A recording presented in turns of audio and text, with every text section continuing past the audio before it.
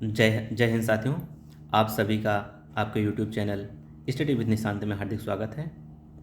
आज हम पेट 2022 के एग्ज़ाम के बारे में चर्चा करेंगे। जैसा कि आप सभी को पता है, अभी एग्ज़ाम होने में 10 से 12 दिन शेष बचे हैं।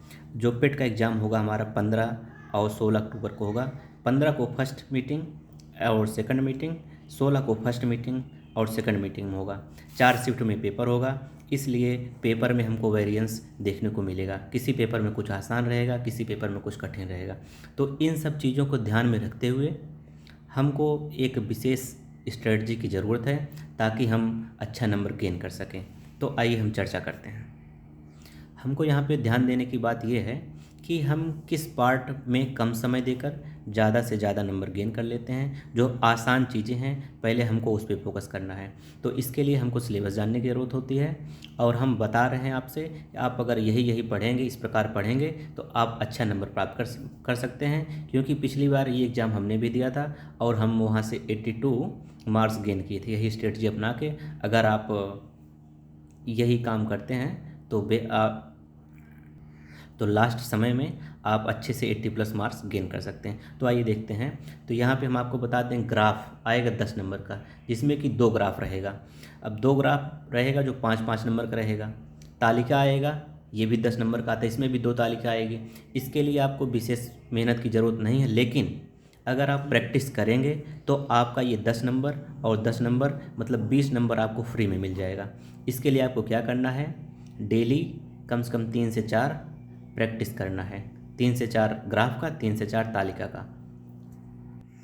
प्रैक्टिस के लिए आप कोई भी मार्केट से प्रैक्टिस सेट ले सकते हैं या फिर ऑनलाइन किसी एप्लीकेशन से आप प्रैक्टिस कर सकते हैं। तो ये 20 नंबर आपको फ्री में मिल जाएगा। यहाँ पे गलती होने की संभावना कम होती है, लेकिन आपको प्रैक्टिस की विशेष ज़रूरत पड़ेगी। अब इसके बाद आते हैं अपठित गद्यांश का। अपठित गद्यांश जो होगा ये भी हमारा 2 होगा, 5-5 नंबर का होगा। इसके लिए किसी विशेष पढ़ाई की ज़रूरत नहीं है, लेकिन प्रैक्टिस की ज़रूरत है। तो अगर आप प्रैक्टिस करते रहेंगे तो 10 नंबर ये भी आपका फिक्स हो जाएगा। तो आप जान लीजिए यहाँ पे 30 नंबर आपका फ्री में मिल गया। अब इसके साथ साथ हिंदी में 5 नंबर का और हिंदी आती है, वो भी बहुत आसान रहती है।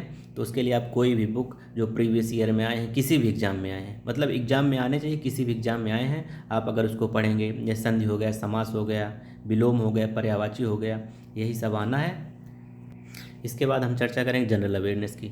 जनरल अवेयरनेस में क्या देखना हमको कि भारत के पड़ोसी देश कौन से हैं, उसकी राजधानी क्या है, मुद्रा क्या है, और उसके बाद भारत के जो राज्य हैं, कितने केंद्र शासित प्रदेश हैं, उसकी राजधानियाँ क्या हैं, और कहाँ पे कौन सा महोत्सव मनाया जाता है, कहाँ पे कौन सा फेस्टिवल है।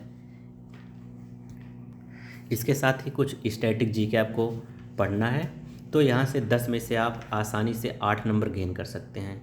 इसके बाद आता है current affair question. Current affair के लिए आप कहीं से भी सामग्री ले सकते हैं।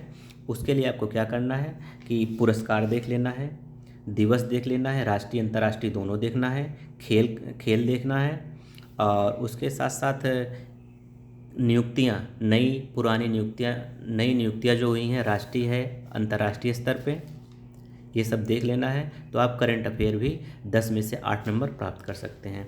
इसके बाद आते हैं मैथमेटिक्स में। मैथमेटिक्स जो 5 क्वेश्चन आएगा ये भी बहुत टफ नहीं रहता है। इसमें आपका आ जाएगा भिन्न से क्वेश्चन पूछे जाते हैं, औसत से क्वेश्चन पूछे जाते हैं, परसेंटेज होता है।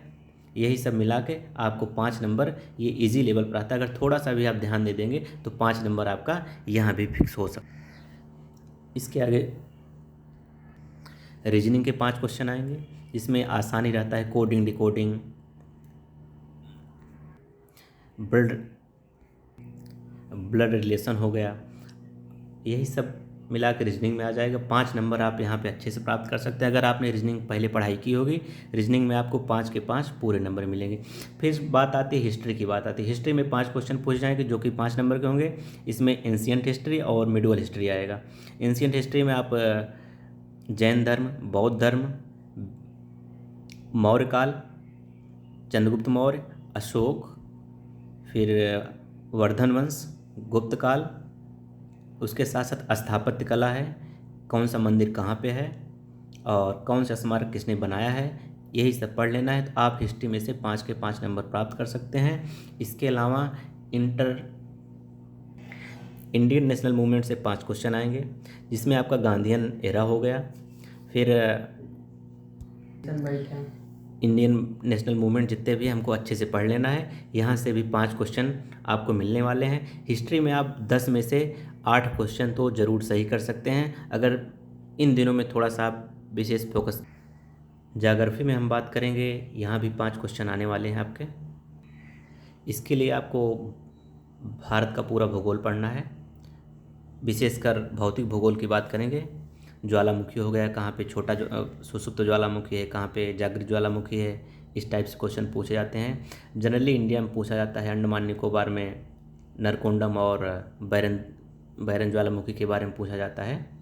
और साथ साथ आप दर्रा पढ़ लेंगे, नदी पढ़ लेंगे, बांध पढ़ लेंगे, जलप्रपात पढ़ना है, और एस्ट्रोनॉमी भी पढ़ना है, उसमें कि कौन सा ग्रह छोटा है, कौन सा ग्रह बड़ा है, यही सब बेसिक क्वेश्चन आपको आने हैं, बहुत अंदर से नहीं पूछेगा। फिर कॉन्स्टिट्यूशन में कुछ बेसिक आर्टिकल्स होते हैं, आप 1 से लेकर 51 तक कम से कम आपको आर्टिकल याद ही होना चाहिए। साथ में सुप्रीम कोर्ट किस आर्टिकल के अंतर्गत है, उसके बाद प्रधानमंत्री की नियुक्ति, राष्ट्रपति की नियुक्ति, उपराष्ट्रपति की नियुक्ति, आपातकाल, ये सब बेसिक आर्टिकल हैं, इसको आपको पढ़ लेना है। फिर बात करते हैं इंडियन इकोनॉमिक्स की। इसके लिए आपको यूपी का बजट और इंडियन बजट दोनों पढ़ना है।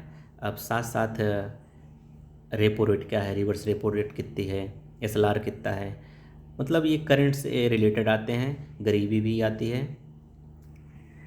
इतना सब अगर आप पढ़ लेते हैं तो आप जो बचे हुए 10 से 12 दिन हैं उसमें 80+ मार्क्स गेन कर सकते हैं। आपको विशेष तैयारी की ज़रूरत है इस समय, क्योंकि जितना आपने पढ़ा है, अगर इस समय आप अच्छे से रिवाइज कर लेते हैं, कंठस्थ कर लेते हैं, तो आप अच्छे से 80+ मार्क्स पा जाएंगे। फिलहाल पिछले वर्ष की तुलना में इस वर्ष पेपर उतना आसान नहीं रहेगा, क्योंकि पहली बार जो परीक्षा होती है वो आसान होती है, अगली बार परीक्षा उतनी आसान नहीं होती है। जैसा कि आप लोगों को पता है कि पिछली बार की अपेक्षा इस बार कंपटीशन भी ज़्यादा है, लगभग 37.5 लाख फॉर्म पड़े हुए हैं। तो आप इसी स्ट्रेटजी से अगर पढ़ेंगे तो आप उसमें अपना एक अच्छा प्रदर्शन कर सकते हैं। आप 1000 से लेकर के 2000 की रैंक के बीच में आ सकते हैं, क्योंकि अगर आपकी रैंक अच्छी आएगी तभी आप अगले स्टेज के लिए क्वालिफाई हो पाएंगे। तो स्ट्रेटजी आप फॉलो करिए, नंबर गेन करिए। आप सभी के उज्जवल भविष्य की कामना करते हैं और मिलते हैं आपको अगली वीडियो में। धन्यवाद।